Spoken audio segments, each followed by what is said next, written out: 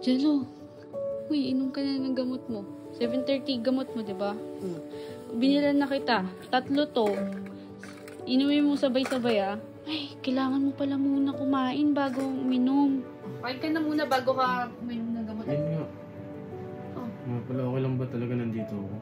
Oo naman. Kwarto mo to, tapos ako yung natutulog dito. Okay lang yan. Kumain ka na muna. Akong bahala sa'yo. Tsaka tanggalin natin muna. Dito natin ka yan.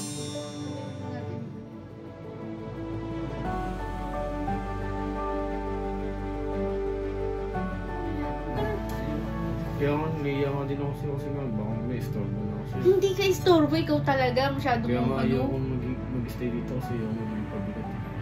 Hindi ka pabigat. Ba't mo ba iniisip yan? Kahit ilang araw mo gusto magstay dito, okay lang, ha?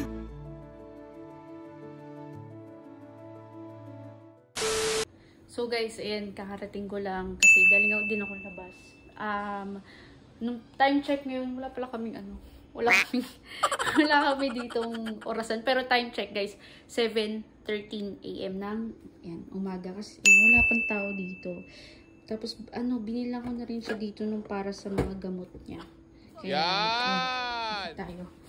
Alam ko tulog pa yun eh. Kasi tulog pa siya nung iniwan ko. So, ayun. Gising. Ay!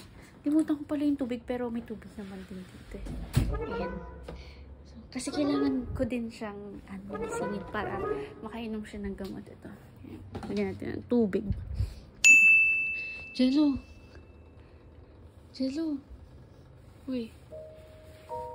Gising na. Jello! Uy, inom ka na ng gamot mo.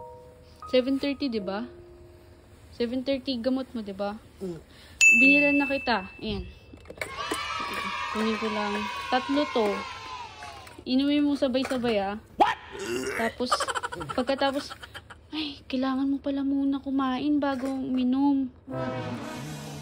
Ay, sige. Kunan lang kita din, ah. Kunan kita ng pagkain mo, ha? Wait lang. Kunan mo natin siya ng pagkain, guys. Kasi, wala pwede yung na kakain. Ay, na hindi ko makain. Tapos, iinom ng gamot. So, hindi ko alam kung anong pwedeng kainin dito. Ano ba? Siguro, ito. Ayun, sakto. May chicken. May chicken dito. So, yan. Pakainin ko lang muna siya. Then, wow! So, lagyan natin ng chicken yan. Ito na siguro yan. Tapos, natin siya ng syempre, kanin para pakainin ko muna siya. Bago siya uminom ng gamot din. Konti lang kasi umaga eh. Kapag umaga, nagsusuka yun hindi kasi kumakain din yun ng almusal. Kaya, panlaman ng tiyan. So, nakakapagod pero joke lang, baka marinig niya. Uy, kumain ka muna bago ka uminom ng gamot. Kain ka muna. Sige na, kumain ka na muna. Oh. Kumain ka na muna. Kain ka na muna bago ka uminom ng gamot. Ang dami niyang iinumin na gamot. Guys, mga 3 to. Sabay-sabay 3. Tignan mo. Ikaw kasi, sabi ko sa'yo, naulanan ka alam mo, naulanan ka kagabi. Sabi ko sa'yo, pumasok ka na. Kaso nga lang, hindi ka na. Hindi mo papasok kasi baka makita tayo ni Kuya. Pero yun nga.